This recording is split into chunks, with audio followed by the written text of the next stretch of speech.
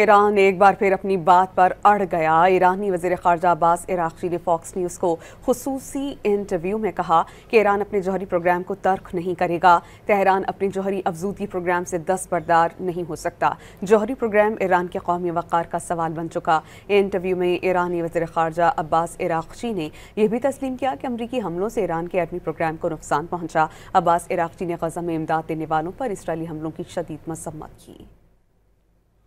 Its enrichment program. Is it continuing now, or has the damage been so severe that it is all stopped?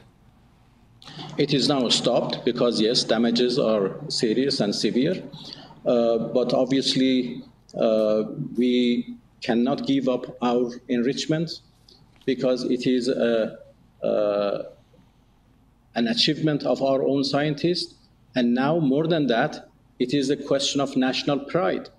Our enrichment is so dear to us